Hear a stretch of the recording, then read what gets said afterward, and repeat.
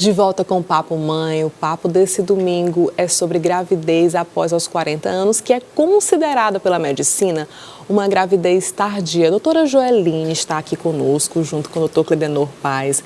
Doutora, a senhora percebe no seu consultório que cada vez mais as mulheres estão engravidando mais tarde? Sim, elas procuram, tratamento mais tarde para engravidar. Se casam mais tarde, são vários planos, Falando vários agora de projetos. mulher para mulher, por que a senhora acha que isso está acontecendo? É a modernidade que nós estamos passando. A mulher, antes de desejar uma gravidez, ela quer estudar, ela quer fazer o seu concurso, ela quer estar financeiramente estabilizada, às vezes ela quer ir para fora, fazer um doutorado. Então, hoje, a média de idade dos casamentos das mulheres, a média da idade das mulheres é maior do que antes. O corpo da mulher, ele ainda é o mesmo da época de Cristo, eu digo para as minhas pacientes. Ele está na sua plenitude da fertilidade, da maternidade, de uma gravidez aos 25 anos. O que acaba sendo um contrassenso, porque imagina, para a medicina é bom que você tenha filho aos 20 e tantos anos, mas a gente sabe que no mundo moderno, imagina, uma menina de 20 anos, que ela não tem ainda, normalmente concluída a faculdade, não está ainda estável no emprego, acaba sendo um contraponto isso, né, doutora? Exatamente. Aos 25, 28 anos, poucas vão estar pensando em gravidez. Às vezes nem em casamento, imagina em gravidez. Então, isso é muito comum. Então, por isso que hoje se considera a idade, Aline, como o principal fator de infertilidade. Não são as doenças ginecológicas, não é um problema do parceiro, porque muitas vezes a gente investiga, tem lá um problema do parceiro associado. É a idade, sem dúvida, a principal causa de infertilidade hoje. Doutora, vamos falar sobre reserva ovariana, né? Que é uma coisa que é um dos pontos aqui de dúvidas também das nossas telespectadoras. Por exemplo, uma paciente que tem 30 e poucos anos, tem endometriose, ela vai fazer uma fertilização in vitro e aí ela consegue aspirar determinada quantidade de óvulos. Talvez essa mesma paciente, quando ela tiver 40 anos, ela já não consiga ter a mesma quantidade. Como é que a gente consegue? Existe um exame para a gente saber como é que está essa reserva? A mulher pode ir fazendo isso antes de chegar aos 40? Como é que funciona, doutora? Sim. Falando um pouquinho da história da nossa reserva ovariana, nós mulheres recém-nascidas já nascemos com um número fechado de óvulos. Limitado. Aquilo limitado, ali, certo? É uma reserva em torno de 2 milhões de óvulos. Dentro, intraútero, essa mulher já vai ter esse número.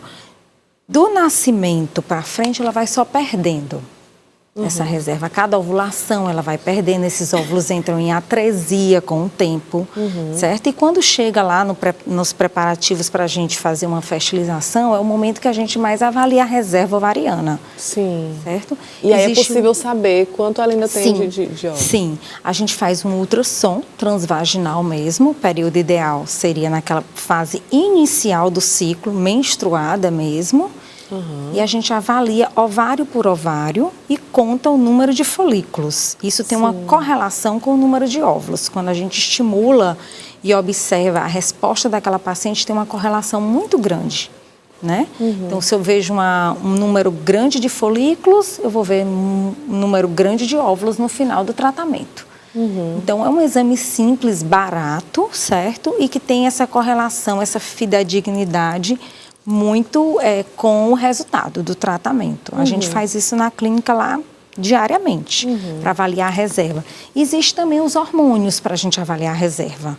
Hormônios dosados sanguíneo, Entendi. FSH, hormônio antimileriano, são os mais utilizados. Entendi. Pergunta agora para os dois. Nós vimos o depoimento da nossa convidada no primeiro bloco falando, ela tentou por 14 anos ter filhos, E ela tentava, vinha um beta negativo, tentava novamente. O que a gente pode fazer, doutora, para deixar a nossa cabecinha tranquila toda vez que chega alguém perguntando, e aí, quando é que você vai ter filhos, É uma pergunta que acho que, inclusive, ninguém devia fazer. A gente nunca sabe exatamente qual é a situação que o casal está passando, o que aquela mulher está passando. Ela pode não ter dinheiro, ela pode não estar estabilizada emocionalmente, o casamento pode estar... Ou ela pode estar fazendo um tratamento. Eu lembro que eu estava fazendo tratamento, chorando, deu negativo. Aí chegava alguém, nossa, você não tem filho ainda? Parece que dá um... Enfim, o que a gente pode fazer? O que as mamães podem fazer para passar por esse momento de tentativa de uma forma mais tranquila? Eu acredito que o trabalho em equipe é muito importante para isso, Acompanhamento com psicólogo, o médico orientar bem, o paciente se sentir acolhido no tratamento. Na acupuntura a gente pode ajudar o paciente também a diminuir esses níveis de estresse e de ansiedade. É importante que a sociedade saiba isso, como você acabou de falar, Sim. que a pergunta é ruim, às vezes elas se sentem mal, até com o que é para ser festejado, que é a notícia de que outras pessoas conseguiram engravidar, mas não é que não é inveja, nem nada do tipo, é porque você quer aquilo também, né? E eu também preconizo com as pacientes um tratamento de meditação. Eu faço meditação com elas, eu ensino técnicas de respiração, ensino técnicas de meditação que vão ensinar a lidar com esses pensamentos, né? A gente precisa aprender a lidar com a nossa mente de uma maneira diferente, né? Lidar com esses processos. E como é sabido, a ansiedade, o estresse crônico, essa ativação excessiva do eixo hipotálamo, hipófise e adrenal, ele é prejudicial para os tratamentos de fertilidade, para a fertilização. O estresse, ele altera também a imunidade é importante para a fertilização também. Então, a gente busca o tratamento mais completo possível, né? Fazer com que o paciente permaneça ativo, atividade física, previne depressão, trabalha também ansiedade e estresse, a alimentação ajuda, psicólogo é essencial nesses casos. E a gente vai sempre acrescentando um pouquinho mais para que a paciente se sinta o melhor possível. Doutora, os tratamentos que são usados na fertilização, os hormônios, podem alterar? Algumas mulheres podem ficar mais nervosas? É possível isso? Eu vi relatos de maridos que as mulheres faziam fertilização e dizem, nossa, parece que ela está na TPM 2 vezes, assim. É por aí? É comum esse relato. Não é um efeito colateral tão grave, certo? Mas dores de cabeça, uma irritabilidade, a paciente fica mais sensível. Fica mais sensível, doutora? Fica mais sensível, como se fosse uma TPM. Ela fica naquele período, principalmente no final do estímulo, naquela fase mesmo pré-ovulatória. E depois que passa, dá tudo certo, a gente nem lembra, né? Exatamente. A paciente também pode ter hiperestímulo, principalmente no caso de ovário policístico. A acupuntura também ajuda a prevenir e a tratar o hiperestímulo. Doutora, o pré-natal da grávida de 40 anos é diferente do pré-natal de uma grávida de 25 anos? Sim, a gente tem que pensar que os riscos são aumentados nessa gravidez, tanto para ela como para o bebê. Então, rastreio mais nesse RN. Você falou das síndromes, já vamos nós de novo aqui bater.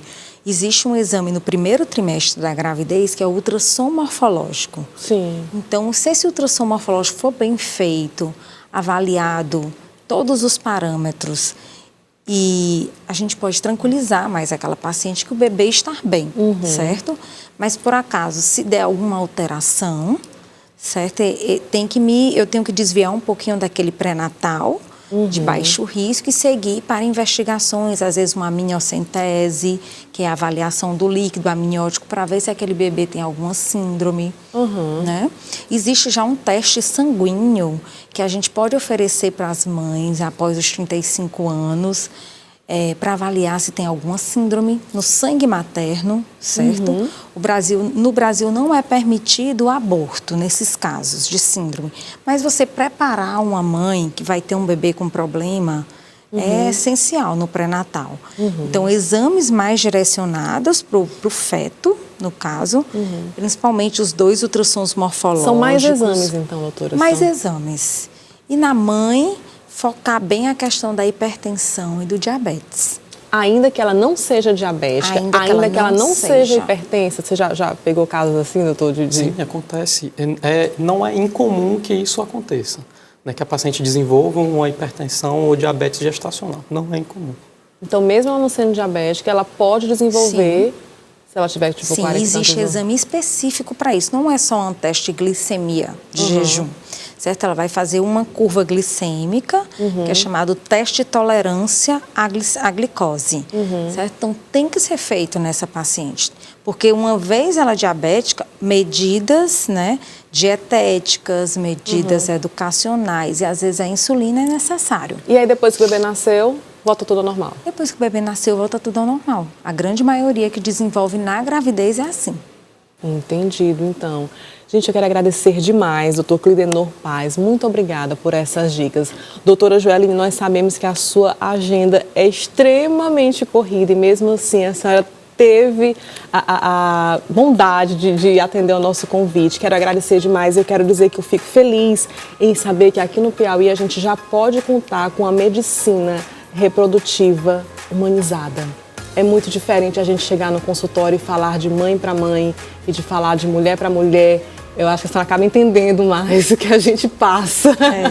E esse seu amor, esse seu carinho, essa doçura que a gente está percebendo aqui, que a senhora emana, eu acho que é uma das coisas que faz muita diferença no momento que a mãe está passando por tudo isso, onde já tem tanta pressão, onde já tem tantos hormônios envolvidos, e chegar e encontrar com a doçura dessa é uma maravilha. Obrigada. Muito obrigada, doutora Jaline, muito obrigada, doutora, por tirar as nossas dúvidas. Então fica aí para as mamães, você está pensando em engravidar, vocês viram aqui os casos maravilhosos das mães que trouxeram lindas histórias dos seus filhotes, e a gente está aqui para dizer que é possível sim, tá bom? Um beijo bem grande, fique com Deus, eu te espero próximo domingo, 10 da manhã. Se você tiver alguma dúvida, se você quiser interagir com a gente, entra lá no nosso Instagram, @AlinePapoMãe, e esse programa e todos os outros estão lá no nosso aplicativo, CV Play. Te espero próximo domingo. Tchau, tchau.